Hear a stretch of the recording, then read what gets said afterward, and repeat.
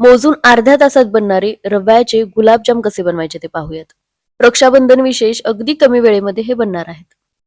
तर त्यासाठी सुरुवातीला याच्या आतलं स्टफिंग तयार करून घेऊयात. तर त्यासाठी इथे 1 कप ताज्या नारळाचं चव घेतलेलं आहे. यामध्ये पाव कप मिल्क पावडर आणि पाव कप पिठी साखर घेतलेली आहे.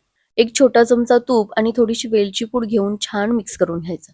हातानेच चांगलं मळून घ्यायचं म्हणजे एक गोळा बनवून याचा तयार होईल. आता एका भांड्यामध्ये अर्धा कप बारीक रवा घेतलेला आहे.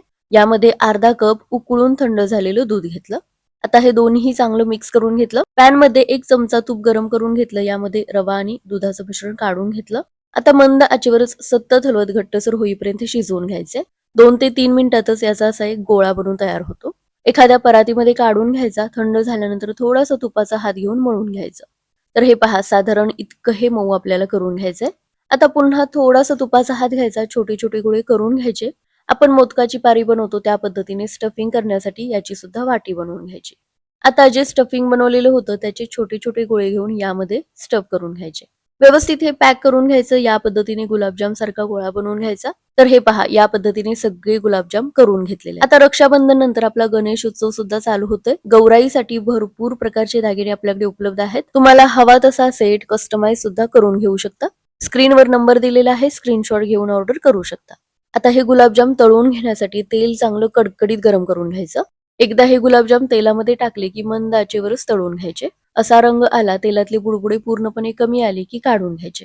तर सगळे गुलाबजाम या पद्धतीने तळून घेतले. आता यासाठी पाक बनवण्यासाठी कढईमध्ये अर्धा कप साखर घेतलेली आहे. यामध्ये अर्धा कप पाणी घेतलं. साखर एकदा विरघळली की फक्त 3 ते 4 मिनिटे शिजवून घ्यायचा. थोडंसं केशर घातलेलं आहे. गॅस बंद करून थंड करून घ्यायचा. पाकात न घालता सुद्धा हे गुलाबजाम चवीला अतिशय छान लागतात. कारण याच्या आतलं जे स्टफिंग आहे ते सुद्धा गोडच आहे. त्यामुळे हे गुलाबजाम असेच खाल्ले तरी सुद्धा मस्त लागतात. किंवा बनवलेल्या पाकामध्ये 1 तासभर मुरत ठेवायचे. तर हे पहा मस्त रसरशीत हे गुलाबजाम फक्त अर्ध्या तासात बनवून तयार झालेले आहेत. पाक न करता सुद्धा हे गुलाबजाम खाऊ शकता आणि साखरेऐवजी गुळाचा वापर सुद्धा करू शकता. आता यासाठी जो रवा वापरलेला आहे तो शक्यतो बारीकच घ्यायचा. किंवा आपला उपम्याचा रवा मिक्सरला सुद्धा थोडा वेळ फिरवून घेऊ शकता. म्हणजे हे गुलाबजाम बाहेरून सुद्धा अगदी स्मूथ दिसतात. आतून सुद्धा मस्त जाळीदार बनतील आणि पाक आतपर्यंत छान मुरला जाईल. तर हे गुलाबजाम नक्की करून पहा.